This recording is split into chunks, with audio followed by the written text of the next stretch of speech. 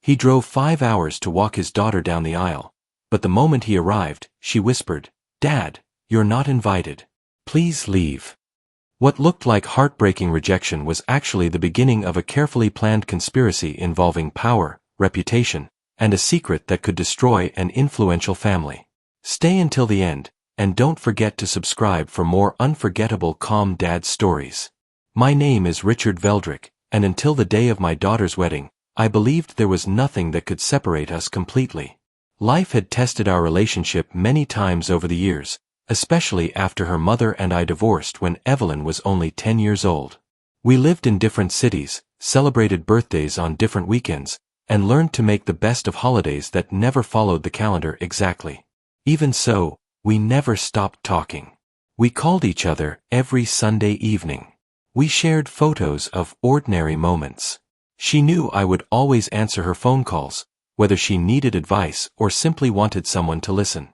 That quiet routine became the strongest part of our relationship, and I trusted it more than promises spoken during special occasions. 3 weeks before the wedding, Evelyn called while I was finishing work at an old courthouse restoration project.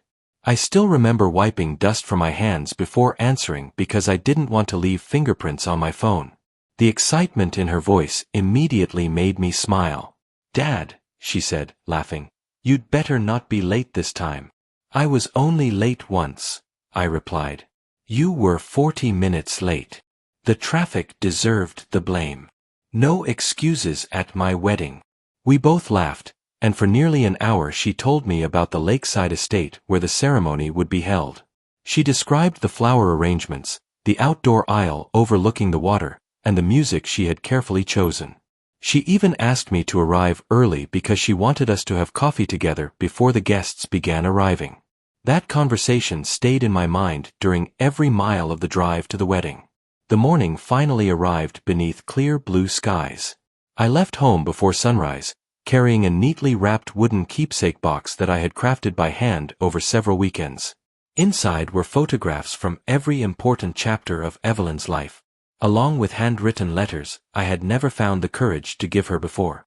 I imagined presenting the gift after dinner when the excitement had settled. I pictured her smiling the way she always did whenever something surprised her. The drive lasted nearly 5 hours. As highways became smaller country roads, the scenery changed from busy intersections to rolling hills, vineyards, and quiet forests. Eventually I reached the entrance of Hawthorne Lake Estate, a beautiful property surrounded by tall oak trees and carefully maintained gardens. Elegant signs directed guests toward the ceremony lawn, while attendants greeted arriving families with warm smiles. Soft music drifted through the morning air, blending naturally with conversations and distant laughter. Everything looked exactly like the joyful celebration my daughter had described. After parking my truck, I straightened my jacket, picked up the gift box, and walked toward the entrance. Several guests passed me without recognition, but that didn't bother me. Most belonged to the groom's side of the family. I was simply looking forward to finding Evelyn before the ceremony began. As I crossed the stone pathway leading toward the garden, I noticed staff members moving with unusual urgency. Some whispered to one another before quickly looking away whenever I approached. At first I assumed they were dealing with ordinary wedding day stress. Large events rarely unfolded without last-minute problems. Then I saw Evelyn walking toward me alone. She wore a beautiful white wedding dress that reflected the morning sunlight, but something immediately felt wrong. Her steps were slow. Her shoulders were tense. Even from a distance, I could see that she had been crying recently despite the careful work of her makeup artist. She wasn't smiling. She wasn't waving. She kept glancing behind her, as though making sure no one had followed. When she finally stopped in front of me, she lowered her eyes instead of embracing me. For a long moment, neither of us spoke. Then, in a trembling voice barely louder than a whisper, she said the words I never expected to hear. "Dad, you're not invited." I stared at Evelyn, convinced I had misunderstood her. The cheerful sounds from the garden continued behind us as if nothing unusual had happened. Guests laughed near the reception tent. A violinist rehearsed the opening melody for the ceremony. Somewhere behind the flower arrangements, Someone dropped a tray of glasses, followed by nervous laughter from the catering staff. The wedding was moving forward exactly as planned, yet my world had stopped with a single sentence. "I'm sorry," I said quietly. "What did you just say?" She swallowed hard without looking into my eyes. "Dad, please leave." Her voice cracked on the last word. For a brief moment, I almost asked whether this was some kind of misunderstanding. Instead, I studied her face. I had known my daughter for 28 years. I knew the difference between guilt and anger, between disappointment and fear. What I saw now wasn't rejection. It was panic. "Evelyn," I said carefully, "did someone tell you to say this?" She shook her head too quickly. "No. I just need you to go." She clutched the small bouquet in her hands so tightly that several white petals bent beneath her fingers. She kept glancing over my shoulder instead of looking at me. I turned slightly and noticed several men in dark suits standing near the entrance of the ballroom. They weren't talking to guests. They weren't helping staff. They simply watched the walkway with calm expressions that somehow made me uncomfortable. One of them spoke quietly into an earpiece. Perhaps they were security hired for the event, I thought. Wealthy families often preferred extra protection during large celebrations. Still, something about the way they watched every movement didn't feel normal. "I drove 5 hours," I said gently.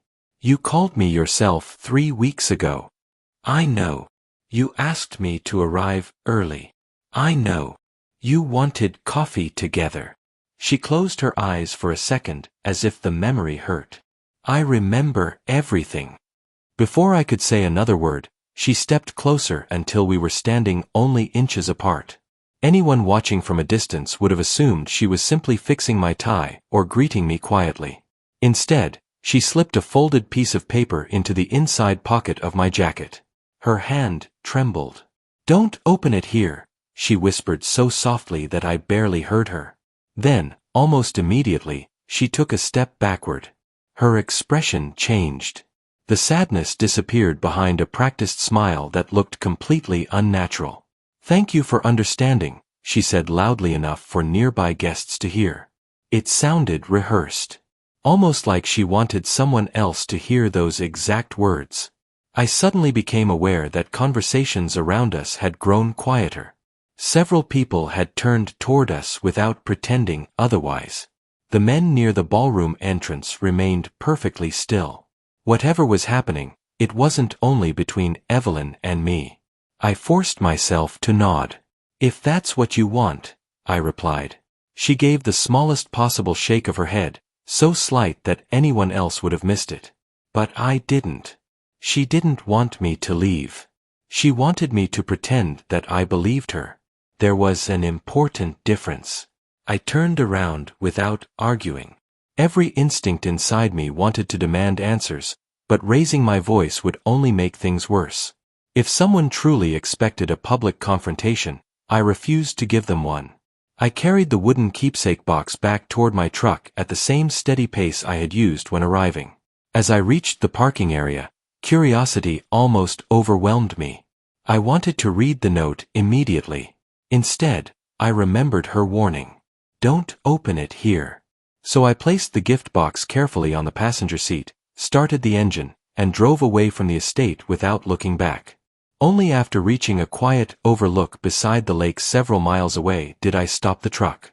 The wedding venue could still be seen in the distance across the water. Taking a slow breath, I removed the folded paper from my pocket and carefully unfolded it. There were only 8 handwritten words.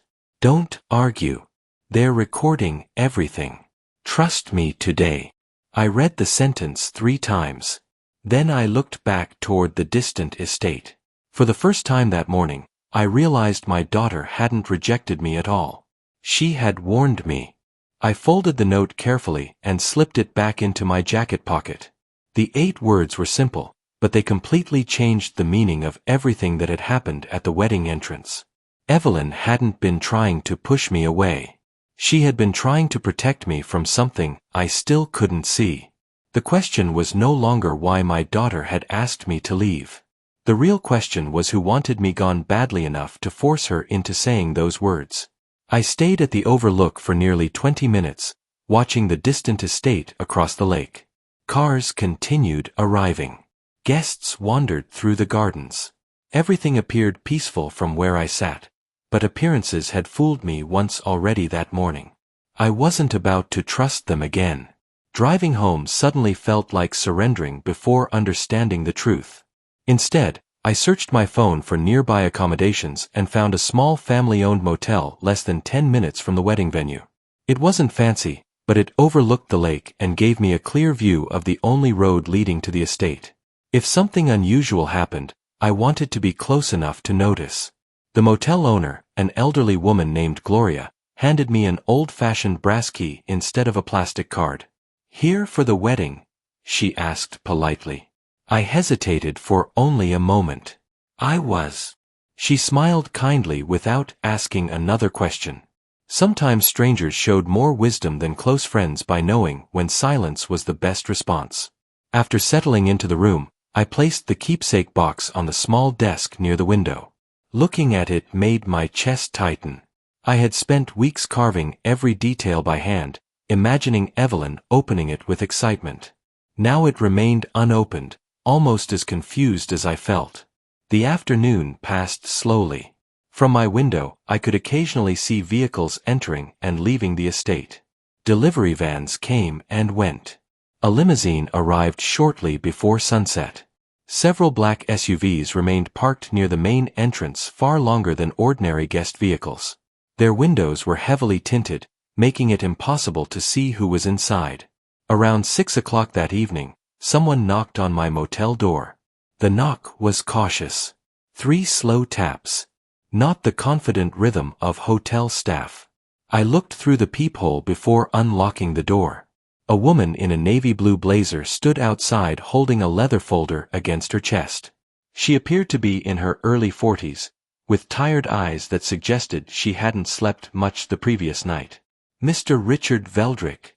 she asked quietly. "Yes. My name is Nora Ellison." The name meant nothing to me. I manage operations at Hawthorne Lake Estate. That immediately caught my attention. She glanced down the hallway before speaking again. "May I come in? We shouldn't talk out here." Every instinct urged caution, but something about her nervousness felt genuine. I stepped aside, allowing her into the room. She remained standing instead of taking a seat. "I know this is unusual," she began, "but I watched what happened this morning." "You saw my daughter ask me to leave." She nodded.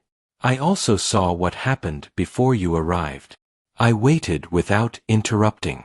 She took a slow breath. The decision wasn't Evelyn's. Those 4 words confirmed what my instincts had been telling me all day. "Who made it?" I asked. She looked toward the closed curtains as though expecting someone to be listening. "Alaric Thorne." The name was familiar. Evelyn had mentioned him several times over the past year. He was the groom's father, a successful political strategist known for organizing high-profile campaigns and charity events throughout the state. Every newspaper profile described him as disciplined, generous, and remarkably influential. "What does he have against me?" I asked. "I don't think it's personal," Nora answered. "To him, people are pieces on a board. If someone doesn't fit the picture he wants, he simply removes them." Before I could respond, she opened the leather folder she had been carrying. Inside was a tablet computer. "I think you need to see what I accidentally found before someone realizes it's missing." Nora placed the tablet on the small table beside the window before turning the screen toward me. It was protected by a simple passcode that she entered from memory.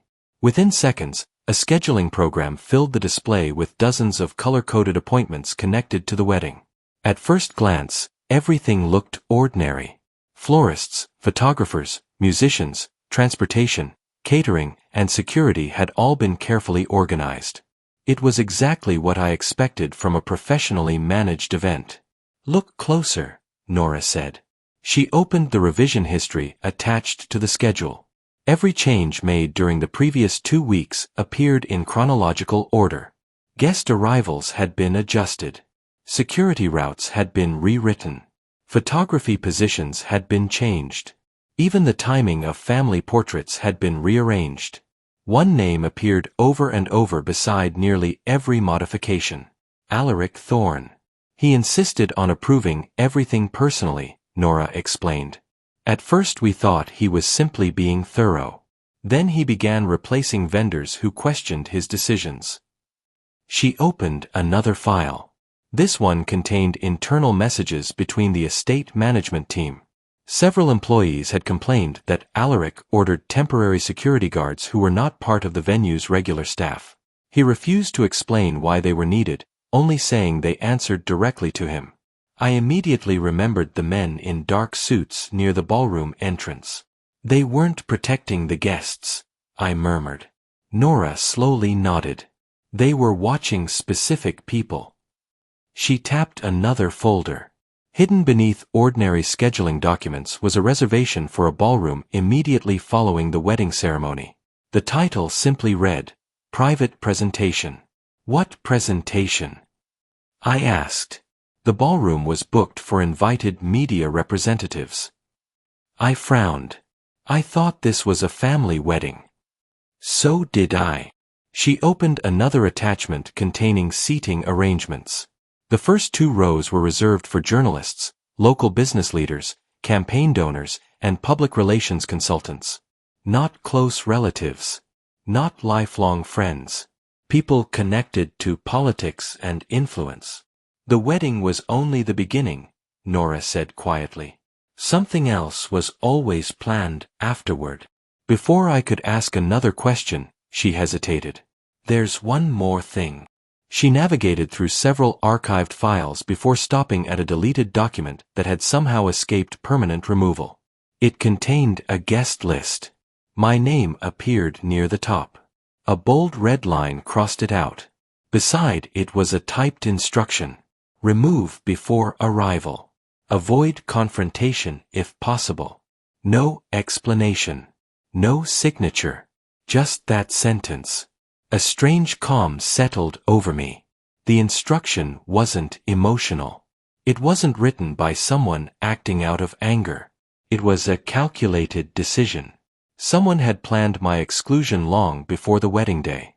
Did Evelyn know about this? I asked.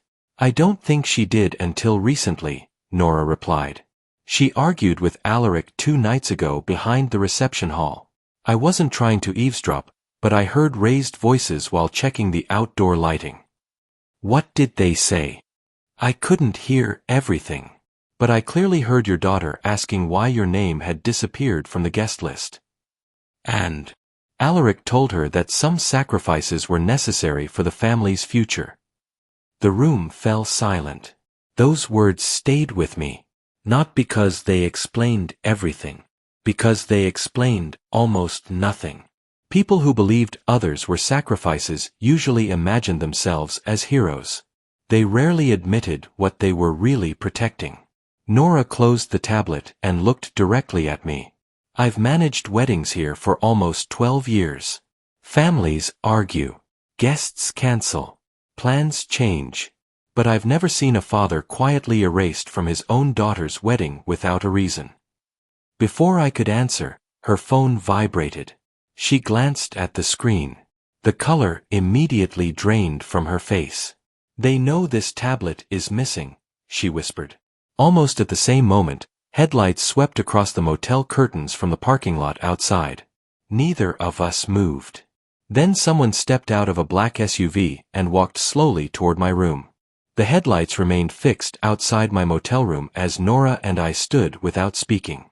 Through a narrow gap in the curtains, I watched a tall man step out of the black SUV.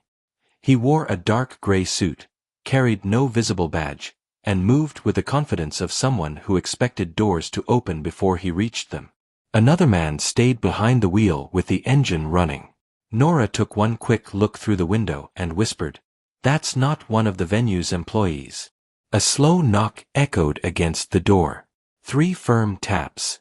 Then silence. Neither of us answered. A few seconds later, another knock came, louder than before. "Mr. Veldrick," a calm voice called from the hallway. "I know you're inside. I'd like to speak with you." The voice was polite, almost friendly, but something about its steady tone made it impossible to trust. I motioned for Nora to remain quiet while I stepped closer to the door without unlocking it. "Who are you?" I asked. "My name is Simon Greaves." I didn't recognize it. "I work for Mr. Alaric Thorne." Nora looked at me with alarm. I expected the conversation to end there. Instead, Simon added something unexpected. "I came here because Mr. Thorne must never know I'm here." The hallway fell silent again. I slowly opened the door just enough to see him clearly. He immediately raised both hands to show he wasn't carrying anything dangerous. He appeared exhausted. His tie was loose, his sleeves were rolled up, and there were dark circles beneath his eyes. This was not the appearance of someone confidently representing a powerful employer. "What do you want?" I asked. 5 minutes. "Why should I trust you?" "You shouldn't." His answer came so quickly that it caught me off guard. "But if you don't listen now, your daughter will spend the rest of her life believing she destroyed her relationship with you." I unlocked the door. Simon entered quietly and closed it behind him. The moment he noticed Nora, he gave a small nod. "I was hoping you'd already found Mr. Veldrick." "You know each other?" I asked. "We've crossed paths at the estate," Nora answered. "He's Mr. Thorne's speechwriter." Speechwriter. That explained the folders tucked beneath Simon's arm. He placed them carefully on the table beside the tablet. "I've worked for Alaric for 4 years," he began. "Until recently, I convinced myself that politics always involved compromise." He opened the first folder. Inside were printed speeches marked with handwritten edits. "These are campaign announcements for his son." I frowned. "I thought tomorrow was a wedding." "It is," Simon replied. "But that's only half the event." He spread additional papers across the table. Guest lists, media schedules, television interview outlines, press statements prepared before the ceremony had even begun. "The marriage was designed to launch a political image," Simon continued. "A perfect family. A respected future candidate. A carefully managed public story. And I didn't fit." He nodded. "You represented uncertainty." Simon removed one final document from the folder. Unlike the others, it wasn't a speech. It was a strategy memo. Near the center of the page, one sentence had been highlighted. "Avoid visual association with Richard Veldrick due to historical development controversy." I stared at the line for several seconds before the memory returned. Nearly 8 years earlier, I had testified during a public hearing against the demolition of several protected historic buildings. A group of wealthy investors wanted the land cleared for luxury construction. My testimony delayed the project long enough for preservation laws to stop it permanently. I hadn't thought about that hearing in years. Simon quietly confirmed what I had begun to suspect. One of the investors who lost millions that year now finances Alaric's political network. The room became completely still. "So this was never about family," I said. "No," Simon answered. "It was about controlling appearances. If reporters recognized you at the wedding, they might reconnect old stories that Mr. Thorne wanted forgotten." He reached into his briefcase one final time. "This is why I came." He placed a small flash drive on the table. I copied every document before they could erase them. I picked up the flash drive and turned it over in my hand. It looked ordinary, the kind of inexpensive device people carried every day, yet Simon spoke about it as though it weighed 100 pounds. Everything he had risked was stored inside something smaller than my thumb. "How many copies exist?" I asked. "Only this one," Simon replied. "I deleted my backup before coming here. If Alaric discovers I kept evidence, my career is over." Nora crossed her arms and looked directly at him. You should have walked away months ago. I know, Simon answered quietly. I kept telling myself that I was only writing speeches, not creating lies. Eventually, I realized there was no difference. I connected the flash drive to my laptop. Folder after folder appeared across the screen. Internal emails, financial summaries, presentation drafts, guest seating plans, media schedules. There were also scanned contracts showing donations routed through consulting firms connected to Alaric's political organization. Nothing was illegal by itself, but together the documents revealed a carefully managed effort to shape public opinion while hiding relationships that would have raised serious ethical questions. Then I found a video file. Simon nodded. Open it. The recording came from a conference room security camera inside a private office at the estate. There was no sound at first, only Alaric standing beside a long table covered with wedding plans. After a few seconds, the audio began. We cannot have Richard Veldrick photographed with this family, Alaric said. Another voice asked, what if Evelyn refuses? She won't. Give her a choice that isn't really a choice. The room on the recording fell silent before Alaric continued. Tell her the ceremony collapses if her father attends. She'll protect everyone else before she protects herself. I paused the video. No one in my motel room spoke. Hearing those words removed every remaining doubt. My daughter had never rejected me. She had been cornered by someone who understood exactly how deeply she cared about the people around her. What do we do now? Nora finally asked. I closed the laptop and looked at both of them. We don't interrupt the wedding. They exchanged confused looks. If we storm into the ceremony, people will only remember the argument, I continued.